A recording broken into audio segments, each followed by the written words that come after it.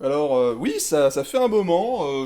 Les actualités étaient pas super intéressantes et j'étais occupé par d'autres choses dans ma vraie vie de l'IRL véritable.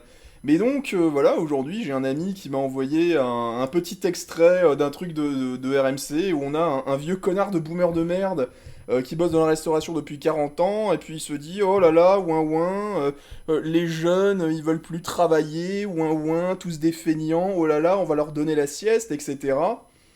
Bref, la complainte habituelle du vieux boomer de merde fainéant, alors que le gars actuellement, il bosse, enfin il a sa propre entreprise avec un autre mec, ils sont deux en cuisine, ils font des pizzas, donc clairement, le gars, euh, le gars ferait bien de fermer sa gueule en fait. Et il te dit que, bon bah voilà, quand il fait 33 degrés à l'extérieur, oh là là, mais vous vous rendez compte, les employés pourraient dire que, bah ouais, voilà, on bosse pas, mais en cuisine il fait 45, qu'est-ce qu'on fait à ce moment-là? Mais alors, quand en cuisine il fait 45 degrés, ce qui est en été tout à fait logique, euh, il y a un énorme problème parce que déjà, c'est des températures qui sont clairement, auxquelles on touche vraiment dans le cadre du travail qui est super pénible, voire inhumain. Euh, peut-être faudrait-il réaménager déjà les cuisines, hein, que les restaurateurs arrêtent de se contenter d'acheter des taudis et de les retaper au black, ce serait déjà pas mal parce que mon dernier restaurant c'était ça, hein, quasiment tout était fait au black. Les anciens frigos, c'est des copains qui venaient le retaper. L'électricité, c'était un copain qui venait le retaper, etc. J'ai jamais vu une seule facture, hein. Rien du tout, que dalle. C'est fait au black et donc du coup, bah, ça fonctionne en fait à moitié. Quand j'étais dans ce restaurant, on a eu une panne dans l'un des frigos. C'était mon frigo à moi, mon frigo donc, pour tout ce qui touche au froid, en fait, au frais, donc les entrées et les desserts. Donc dedans, j'ai des œufs, j'ai de la crème, j'ai des desserts à base de crème, j'ai du poisson cru, etc. Ma température, elle montait jusqu'à entre 12 et 14 degrés. Alors, la norme pour stocker ce genre de produit, c'est entre 4 et 6 degrés. Voilà, grand maximum. Parce que bah, quand vous faites des tiramisu, en fait, la crème, elle va tourner super vite. Et donc, ça devient impropre à la consommation très très vite.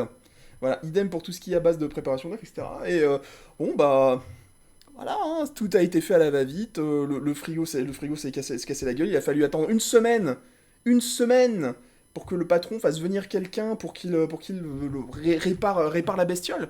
Et, mais, enfin, c'est dangereux. C'est dangereux. Il y a des personnes qui risquent des empoisonnements alimentaires à cause de ça. Mais je n'ai pas le droit, moi, de jeter les produits en question parce que ah mais tu comprends, c'est comme ça, on jette pas. Et, bref, connard de boomers qui ne mettent pas leurs installations aux normes. Déjà, premièrement. Deux, connards de boomers qui considèrent que parce qu'il y a 50 ans, en fait, ou 40 ans, ou 30 ans, et qu'ils ont appris comme ça, c'est acceptable de toujours bosser dans ces conditions de nos jours, mais avec le salaire de nos jours, et non pas celui qu'ils avaient il y a des années, enfin, quand ils ont commencé. Bon, on se fout un peu de la gueule on se fout de la gueule de qui? Un ouvrier non qualifié qui, aux États-Unis, dans les années 60, touchait quelque chose comme 4 dollars de l'heure, ramené à l'inflation et au pouvoir d'achat actuel, ces 4 dollars équivalent à quelque chose comme 24 euros de l'heure. Et ces vieux connards de boomers, donc quand ils étaient payés, je ne sais pas, mais X francs, à l'époque, c'était sans doute 3 fois le SMIC de ce qu'ils nous payent actuellement pour des conditions de travail qui sont dégradantes. Elles sont dégradantes. D'accord, quand on bosse en restauration, on a un chef sur la gueule qui te crache à la gueule, t'insulte, te traite comme de la merde et avec lequel tu ne peux pas discuter parce que c'est le chef de cuisine et donc c'est une brigade, donc c'est comme à l'armée et machin. Le mec, le chef de cuisine ignore absolument tous les droits, etc. Il en a rien à foutre. On est sous-payé. On est sous-payé pour la pénibilité, la charge de travail, etc. Et les compétences qu'il faut. Parce que vous imaginez bien que euh, chacune des recettes dans un restaurant, bah, il faut la connaître par cœur, etc. savoir comment préparer telle viande, comment la cuire, quelle est la durée de la cuisson, etc. C'est des compétences, c'est énormément de compétences. Et avec toutes ces compétences, on te dit, bon bah, tu vas toucher un SMIC, tu vas avoir un contrat de 35 heures, mais tu vas en faire 60 par semaine, tes heures supplémentaires, tu t'assois dessus, on les connaît pas, on les comptabilise pas, et tu n'as pas de congé, tu n'as pas de congé derrière à toi pour rattraper ça. Le temps de repos consécutif entre deux services qui, par la loi, est de 11 heures minimum, tu t'assois dessus aussi. Tu t'assois dessus. On ne sait pas ce que c'est. J'ai fait je bossais comment ça s'appelle? Dans un restaurant touristique qui était pas loin de Colmar. Et je terminais à quelque chose comme minuit. Et le chef de cuisine voulait que je revienne bosser à 8 heures ou 9 heures. Si je bosse à minuit, 11 heures de repos consécutifs, c'est 11 heures du matin. Et ça c'est pas une option, c'est pas quelque chose. C'est la norme. Vous devez comprendre une chose, c'est que c'est la norme. Les endroits dans lesquels le contrat de travail a été mais respecté de manière scrupuleuse, c'est dans la restauration rapide, c'est chez McDo. Ah oui, étrangement, quand j'étais chez McDo, mes heures sup étaient payées, mes repos étaient donnés, absolument tout chez McDo était carré. Dans absolument tous les restaurants dans lesquels j'ai pu travailler, non seulement ce n'est pas respecté, ils s'en branlent, et surtout si tu commences à en parler, bah on te vire, ou on essaye de te virer. Eh, eh, écoute, sale boomer de merde, commence déjà par me payer correctement, hein, et peut-être qu'éventuellement, moi, je veux bien, peut-être, éventuellement, si tu es sympa, si tu me respectes, si tu respectes le travail que je fais pour toi, et que tu me payes décemment, que tu me payes mes heures, et que tu te comportes en fait en suivant la législation, espèce de gros fils de pute de boomer de merde, peut-être que je m'investirais dans ton entreprise, gros fils de pute. Hein.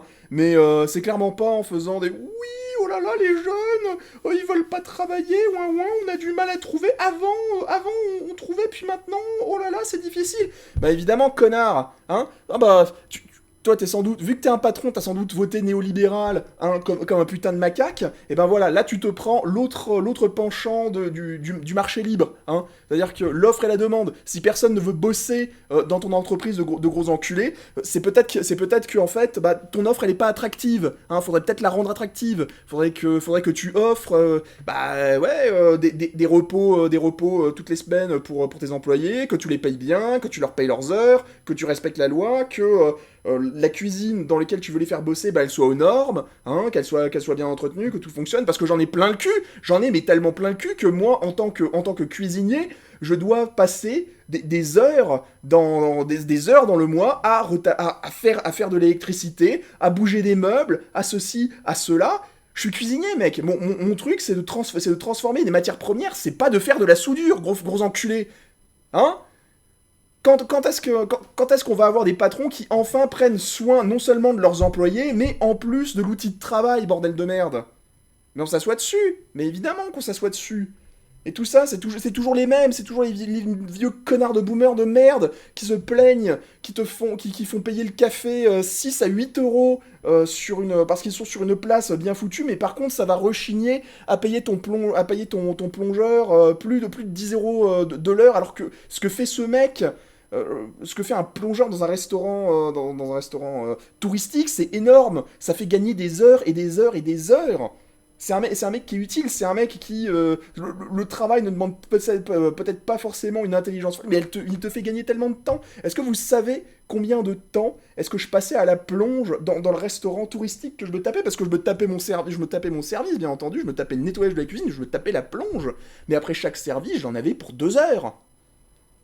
Et si on avait un plongeur, ces 2 heures, on, on- on les avait pas. Le mec, moi je m'occupe de mon poste, le plongeur s'occupe de la plonge, il fait le rangement, etc. Et tout, et ça fonctionne d'un coup excellemment bien. Mais non, non, c'est une personne de plus, et pourquoi embaucher une personne de plus quand on peut juste faire bosser des gens 2 heures de plus et ne pas les payer, hein? Enculé de boomer de merde, je vous méprise, je vous hais.